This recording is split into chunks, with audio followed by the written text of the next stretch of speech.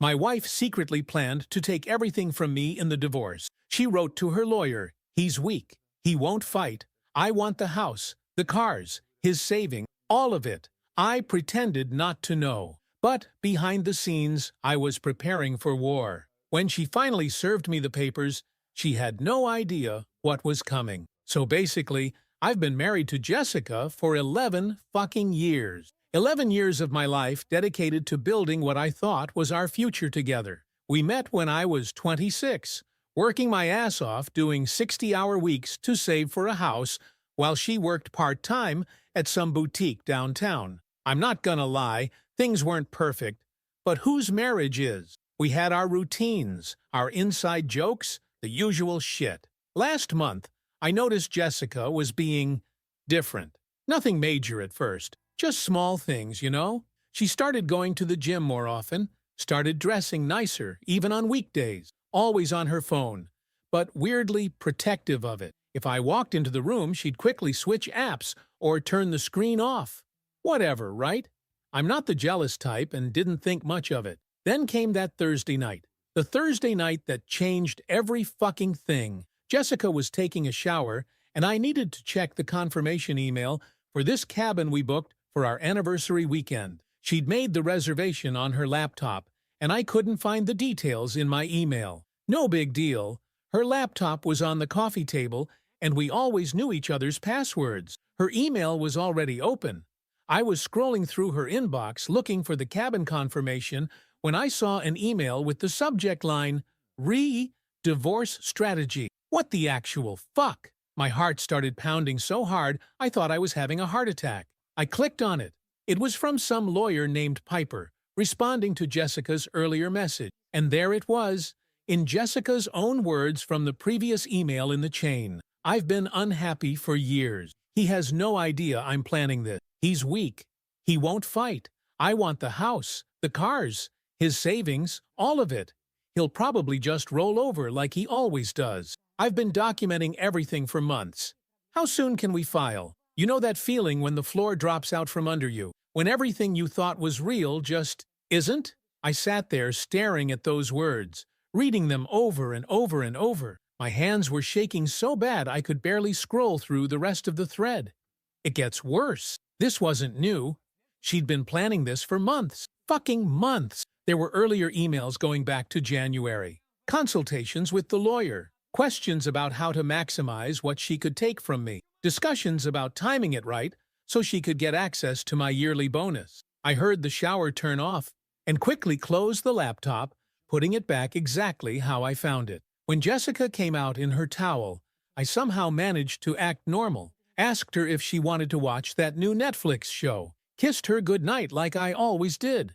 But inside, I was dying. Every smile, every touch felt like a knife twisting in my gut. I couldn't sleep that night, or the next. My mind was racing, trying to piece together everything. All those late nights at the gym, all those girls' nights with her friend Willow. It was all part of her fucking plan. The next day, while Jessica was at work, I checked her laptop again, found more evidence. Text messages with Willow, where they laughed about how clueless I was. Screenshots of our bank accounts, our house deed, even photos of the expensive shit I'd bought her over the years that she planned to claim were gifts so she could keep them. And then I found it. A message to her friend about some guy named Sydney from the gym. Yeah, you guessed it. Jessica was screwing her personal trainer while planning to take me for everything I had. Classic. I wanted to confront her. God, I wanted to throw all her shit on the lawn and change the locks. But something stopped me. Maybe it was those words. "He's weak. He won't fight." Those words burned into my brain. 11 years together, and that's what she thought of me? That I was some pathetic pushover who would just hand over everything we'd built together? That night, I made a decision. I wasn't going to show my hand. Not yet. Jessica thought I was weak. She thought I wouldn't fight. Well, she had no fucking idea what was coming. I took a day off work without telling her and met with a divorce attorney named Otis. Showed him the emails I'd found. Explained the situation. Otis was a serious, no bullshit kind of guy. Listened to everything, took notes, then laid it out for me. Document everything, he told me. Don't confront her.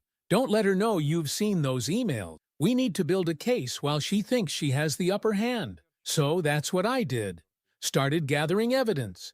Bank statements showing how much I'd contributed to our life together. Property records. Work history showing all the overtime I'd put in to afford our lifestyle. Photos of the renovations I'd done on the house with my own two hands while she was out with her friends. Meanwhile, I kept playing the role of oblivious husband. Kissed her goodbye in the morning. Asked about her day.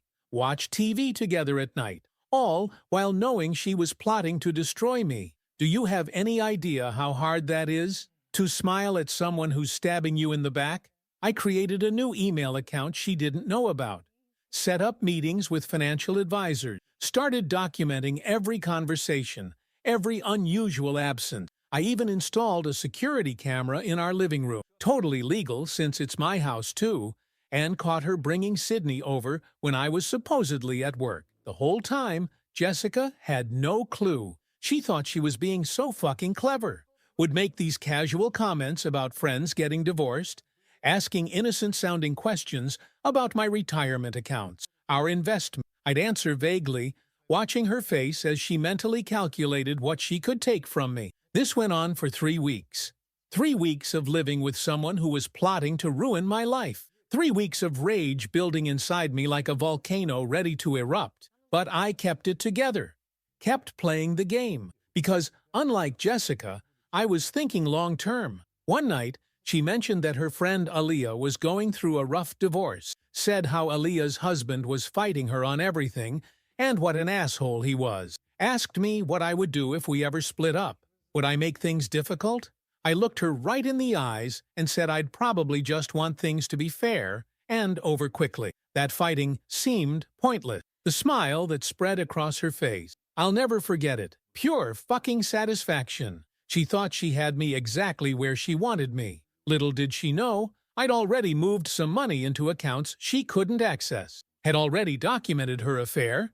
Had already built a case that would make her head spin. I guess what I'm saying is, Jessica thinks I'm weak. She thinks I won't fight. She wants the house, the cars, my savings, all of it.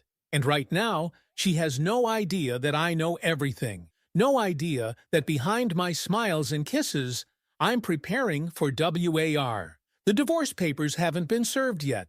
But when they are, whether she serves me or I serve her, she's going to learn a very expensive lesson about underestimating someone. I'll update when things progress. But let me tell you something. This isn't going to end the way she thinks it will. Not by a long shot. Update 1. Sorry I couldn't respond to everyone. Been kinda busy plotting the complete destruction of my cheating wife's plans, you know? So when I left off, I'd just discovered Jessica's emails about planning to take everything from me because I'm supposedly weak and won't fight. Well, let me tell you what's been happening since then. After meeting with Otis, my attorney, I connected with this financial advisor named Willie. Dude is a straight-up shark. We met at this coffee shop 20 miles from my house. No way Jessica would randomly spot us there. I laid everything out for him, our accounts, properties, investments, the works. Willie just nodded, taking notes on his tablet, occasionally asking questions about whose name was on what. When I finished, Willie looked up at me with this little smile and told me we had options. Legal options. Nothing shady that would get me in trouble with the court, but moves that would protect what was rightfully mine. First step was documenting everything I'd contributed to our marriage. So I spent an entire weekend gathering receipts, bank statements, and photos while Jessica was at her sister's. 11 years of financial records, every overtime shift I worked, every renovation I did on the house with my own two hands, the down payment on the house that came from my savings before we were married, all the vacations I paid for, everything. The whole time I'm doing this, Jessica is walking around our house like she already owns it all, making these little comments about how the living room furniture is looking worn out and how she might replace it soon. Bitch, soon you won't even have a place to sit. I started telling Jessica I was picking up extra shifts at work.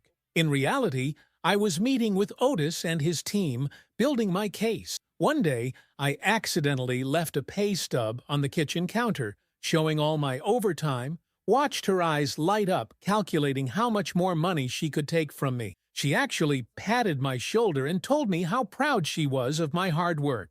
The fucking audacity! Meanwhile, Jessica got bolder with Sydney. I installed this security app on my phone linked to our doorbell camera. Got notifications whenever someone came to the house. 3 times in 1 week, Sydney's car pulled into our driveway 15 minutes after I left for work. Once they didn't even make it upstairs. Started going at it right on our couch. The couch I paid for. Every night was torture. Sitting across from her at dinner, watching shows together, sleeping in the same bed, acting normal while my blood was boiling. But every fake smile, every forced laugh was another brick in the wall I was building. A wall that would eventually fall right on top of her. On Willie's advice, I started moving money around. Nothing illegal, just protecting what was mine. Opened a new account at a different bank. Transferred some of my personal savings that I had from before we were married. Started directing a percentage of my paychecks there. Jessica never noticed because I always handled the bills anyway. The best part? I took half the money from our joint savings, exactly half, not a penny more, and moved it to a separate account. All completely legal and above board. If she checked the account, which she never did because she was too busy screwing Sydney, she'd see the withdrawal. But she didn't.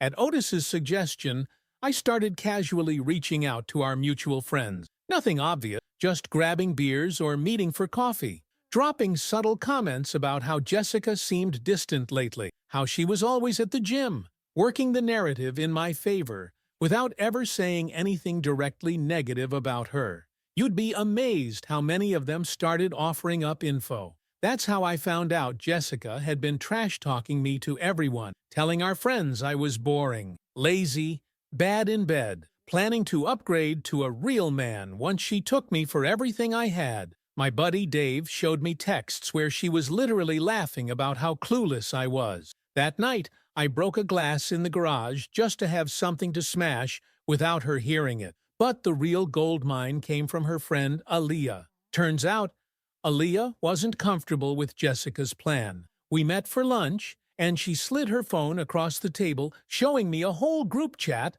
where Jessica, Willow, and some others were discussing the divorce strategy. Screenshots = save. Jessica started getting sloppy. Left her phone unlocked on the counter multiple times. I found messages to Sydney about their future together once she was free and rich. Found a fucking list she'd made of all my possessions she planned to take, categorized by dollar value. She'd even taken photos of my grandfather's watch and the guitar collection I've had since college. One night, I pretended to fall asleep early on the couch. Jessica immediately got on the phone with Willow, talking about the divorce while standing right next to me, saying how she was planning to serve me papers next week, how she'd already picked out which bedroom in our house Sydney would move into, how they'd repaint the walls and replace all the furniture I'd picked out.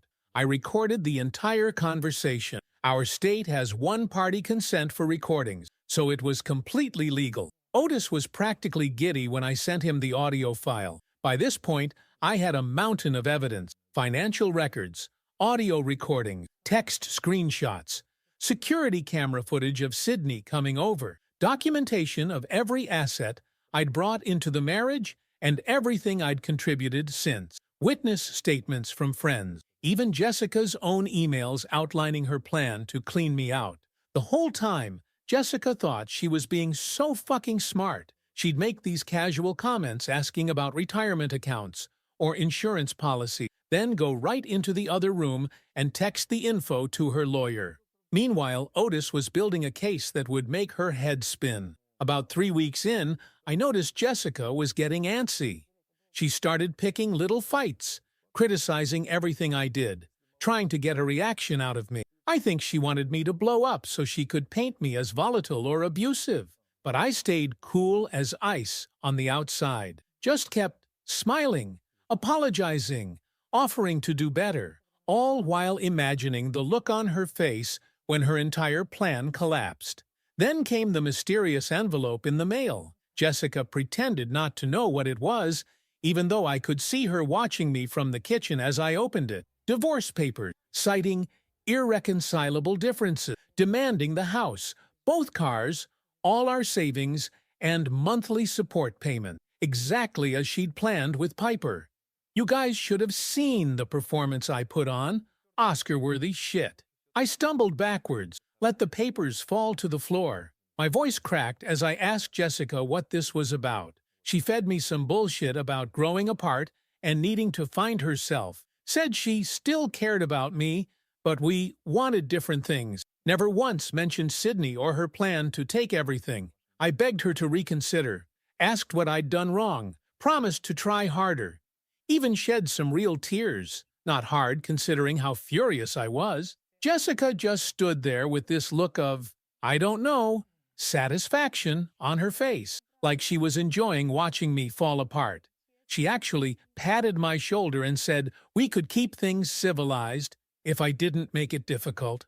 That night, I slept on the couch, made sure she heard me crying in the bathroom, called in sick to work the next day. All part of the act. As soon as Jessica left for her shift, I called Otis. Everything was ready. The counterfiling, the evidence, the financial protection, all of it. While Jessica thought I was at home sobbing into a pillow, I was actually in Otis's office finalizing our strategy. We scheduled the first hearing for Wednesday morning, less than 24 hours after she served me the papers. Jessica didn't know it yet, but Otis had connections at the courthouse and got us fast-tracked. Her lawyer, Piper, wouldn't have time to properly prepare. When I got home, Jessica was practically floating around the kitchen, humming to herself, already measuring for new curtains. She asked if I'd looked over the divorce papers yet, trying to sound all concerned and gentle. I just sniffled and said I couldn't bring myself to read them yet. Asked if we could talk about it tomorrow. She agreed, probably thinking it would give her more time to manipulate me. That night was the hardest. Lying in the guest room, knowing it was the last night before everything changed. Part of me wanted to kick down the bedroom door and confront her. Tell her I knew everything, but I stuck to the plan. Patience had gotten me this far. In the morning, I dressed in my oldest, most worn-out clothes, didn't shave, made my eyes red by staying up most of the night. Jessica barely contained her smirk when she saw me shuffling around the kitchen like a zombie. She mentioned that maybe we should discuss the divorce terms that evening, try to work things out between us. I just nodded weakly and said whatever she thought was best. She left for work, thinking she had me wrapped around her finger. An hour later, I showered, shaved, and put on the new suit I'd hidden in the trunk of my car. Called Otis to confirm everything was set. Then I texted Jessica, asking if she could meet me at the courthouse at 11. Said I had questions about the divorce papers and wanted to see if we could sort things out quickly. She agreed immediately. Probably thought I was going to sign everything away without a fight, exactly as she'd planned. When she walked into that courthouse with Piper, she looked like someone who'd already won the lottery and was just there to collect the check. The smirk on her face when she saw me sitting there in my wrinkled clothes, looking defeated. But then Otis walked in, followed by Willie, and Dave, and Aaliyah. And the confusion on Jessica's face started to shift into something else. Something like panic? Otis introduced himself to Piper and handed her a massive folder of documents. Jessica started asking what was happening, but Piper was already flipping through the pages, her face getting paler by the second. The judge called us in 5 minutes later, and that's when Jessica's world collapsed. I'll update with part 3 soon. You guys are not going to believe how this played out in court. Let's just say Jessica's face went through about 17 different expressions in 10 minutes, and none of them were smirking by the end. Stay tuned. The best part is coming. Update 2. Holy shit, you guys! The response to my last 2 posts has been insane. Thousands of comments, DMs, people asking for updates. I promised I'd deliver the finale, so here it is. The day Jessica's entire world came crashing down around her. So when I left off, we were just walking into the courtroom. Jessica and her lawyer Piper on one side looking smug AF, me with Otis and my team on the other, Jessica actually had the nerve to wink at me as we sat down, like she'd already won. That wink would be the last time she felt confident for a very, very long time. The judge was this older woman with gray hair and reading glasses that hung on a chain around her neck. She had this "I've seen it all" expression as she flipped through both our filings. Then she looked up and said the court would hear my counter-petition first. Jessica's face twitched slightly. First sign she realized something was off. She probably expected me to just roll over and agree to all her demands. Otis stood up and began by thanking the court for the expedited hearing. Then he dropped the first bomb, presenting Jessica's own emails to her lawyer, where she explicitly stated her plan to take everything because I was weak and wouldn't fight. The judge asked how these emails were obtained, and Otis explained they were found on a shared computer, accessed while logged into an account I had legitimate access to. Jessica's face went from confused to pale, like ghost white pale. She started whispering frantically to Piper, who looked increasingly uncomfortable. Otis wasn't done. Not even close. Next came the financial records, showing I'd paid for 75% of our lifestyle for 11 years. The deed to the house showing I'd made the entire down payment from premarital saving. Documentation of all the renovations I'd done myself, adding value to the property. Then came the recording. Jessica's voice filled the courtroom as she told Willow about serving me papers and how Sydney would move into my house after. Her laughing about how she'd redecorate once I was gone. The judge's expression got sterner with each recording. But the knockout punch? The security footage showing Sydney coming to our house while I was at work. Multiple days. Multiple times. Jessica and Sydney in our living room, our kitchen, heading up to our bedroom. Jessica looked like she was gonna throw up.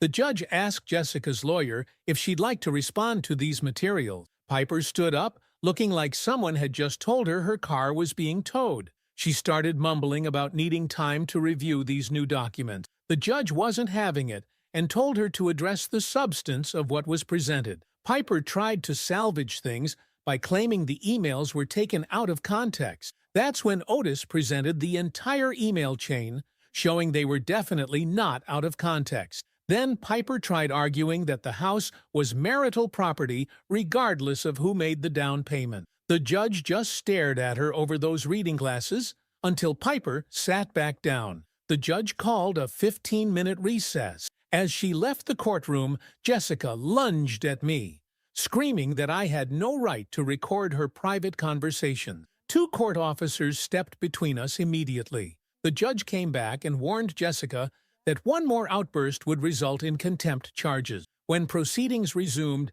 Otis presented our proposal. I would keep the house, my retirement accounts, and my personal belongings. Jessica would keep her car, which was paid off, her personal belongings, and we'd split the joint savings 75/25 in my favor, reflecting our contributions. Jessica would receive no alimony. Jessica looked like she'd been hit by a truck. This was the opposite of what she'd planned. She started crying, trying to play the victim. The judge wasn't buying it. After hearing both sides, the judge made her preliminary ruling. All accounts would be frozen except for a small allowance for living expenses until a final settlement was reached. Jessica was barred from entering the house without court permission and a sheriff's escort to collect essential items only. The judge strongly encouraged us to reach a settlement reflecting the evidence presented rather than dragging this out further. The look on Jessica's face as the judge delivered this ruling, I can't even describe it. Shock, rage, panic, all at once. She'd walked in thinking she was about to take everything and walked out with basically nothing. In the hallway after, Jessica tried to approach me, but Otis stepped between us. Piper pulled Jessica aside, and I could see them arguing. Later, Otis told me Piper was telling Jessica how bad things looked for her and that she should settle quickly. That night, I went home alone to our house. I cracked open a beer, sat on our couch, and for the first time in weeks, I actually slept peacefully. Meanwhile, Jessica was staying with Willow, probably freaking the fuck out that her bank cards weren't working because the accounts were frozen. The next day, the real fallout began. First, Jessica's friends started jumping ship. Turns out, most people don't want to be associated with someone who got caught planning to screw over their spouse and cheating on them. Aaliyah told me later that even Willow was getting tired of Jessica's constant complaining and victim act. Then Sydney ghosted her. Yep, Jimboy was suddenly too busy to see Jessica once he realized she wasn't going to be the rich divorcee she'd promised. According to mutual friends, he blocked her number after she kept calling him, crying about needing money. Over the next week, Jessica's texts to me went from angry, calling me every name in the book, to desperate, begging for access to the accounts, to pathetic, claiming she still loved me and the divorce was just a misunderstanding. I forwarded every single message to Otis without responding. 10 days after the hearing, Piper requested a settlement conference. We met in a conference room at the courthouse. Me, Otis, Jessica, and Piper. Jessica looked rough, dark circles under her eyes, unwashed hair, wearing the same clothes she'd worn to the first hearing. The sight of her like that should have made me feel something. Pity, maybe? Nope. All I felt was satisfaction. Piper started by saying her client was willing to be reasonable and would accept a 50-50th split of all assets. Otis actually laughed and slid across a copy of our original proposal. Me keeping the house, my retirement, my personal belongings, and 75% of the savings. Jessica keeping her car and 25% of the savings. No alimony. Jessica started crying, saying she'd have nothing, nowhere to live. That's when Otis pulled out his trump card, a USB drive containing even more evidence we hadn't presented yet. Messages between Jessica and her friends discussing how to hide assets, plans to falsely accuse me of mental cruelty if the divorce didn't go her way. A video of her and Sydney literally toasting to taking me to the cleaners in our kitchen. The fight just drained out of Jessica. She slumped in her chair and told Piper to just get it over with. 3 hours later, we had a signed settlement agreement, almost exactly what we'd proposed. Jessica even gave up the wedding ring, which I immediately sold and used to replace the couch she and Sydney had defiled. When it was all signed, as we were leaving the room, I finally spoke directly to Jessica for the first time since this all began. I leaned in close and told her I'd known about her plan from day one, that I'd seen the email, that I'd been recording everything, that I'd known about Sydney all along. The look on her face, pure shock. Then I asked her who was weak now. 2 weeks later, the divorce was finalized. I kept the house, my truck, my retirement accounts, and most of our savings. Jessica got her car, her clothes, and enough money to maybe cover 3 months' rent on a crappy apartment. The judge made a point of saying in her final ruling that the court doesn't look favorably upon parties who attempt to abuse the divorce process through deception and manipulation. It's been 2 months now. Jessica's still living with Willow, working 2 jobs to make ends meet. Her precious BMW needed repairs she couldn't afford, so she's driving some 15-year-old beater. Sydney's already with someone new. Most of their mutual friends have blocked Jessica on social media after she kept trying to spin some bullshit story about me abusing her. Nobody believed her. They'd all seen the evidence. Me? I'm doing fucking great. I've redecorated the entire house, threw out all the furniture Jessica picked out, and replaced it with stuff I actually like. Started hitting the gym, a different one than Jessica and Sydney used, obviously. Reconnected with old friends Jessica had isolated me from. Last weekend, I was grabbing coffee and ran into Jessica. She looked desperate, started crying right there in the coffee shop, saying she had nothing left, asked if she could come back home, promised she'd change, said she'd do anything to fix things. I just looked her dead in the eyes, smiled, and walked out without a word. The barista told me later that Jessica sat there crying for 30 minutes before the manager asked her to leave. Some people have asked if I feel bad about how things turned out, if part of me still loves her or misses what we had. Fuck no. Jessica was ready to destroy me without a second thought, take everything I'd worked for, laugh about it with her friends and her side piece. She thought I was weak, that I wouldn't fight. Well, she learned the hard way. Don't start a war unless you're ready for total annihilation. So that's my story, Reddit. From discovery to destruction in 8 weeks. I've moved the last of Jessica's shit to a storage unit, paid for 1 month only, changed all the locks, and filed a restraining order after she tried to break in last week. I'm thinking about selling the house eventually. Too many memories. But for now, I'm enjoying living in the home that Jessica thought would be hers. Sleeping in the bed she thought she'd share with Sydney. Spending the money she thought she'd take from me. And every morning when I wake up alone in my house, I smile knowing that Jessica is probably waking up on Willow's pull-out couch, getting ready to work a double shift just to afford ramen noodles for dinner. Revenge isn't just a dish best served cold. It's a fucking all-you-can-eat buffet.